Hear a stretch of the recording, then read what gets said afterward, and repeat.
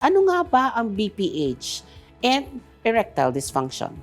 Ang BPH o benign prostatic hyperplasia ay ang paglaki ng prostate gland. No? So habang tumatanda, doktora, yung lalaki, karaniwang itong nangyayari. Hindi ito cancer, pero maaaring magdulot ng sintomas sa pag-ihi. No? Tulad ng number 1, madalas bigla ang pag-ihi, lalo na sa gabi. Pangalawa, yung mahina o yung paputol-putol na pag-ihi, doktora. Then pangatlo, yung pakiramdam na hindi nauubos o nailalabas yung ihi. And also, yung pananakit sa puson o singit. And paminsan, merong dugo sa ihi or semilya. Ang erectile dysfunction naman ay ang kawalan ng kakayahang magkaroon o mapanatili ng sapat na paninigas ng ari ng lalaki upang maisakatuparan ang pagtatalik.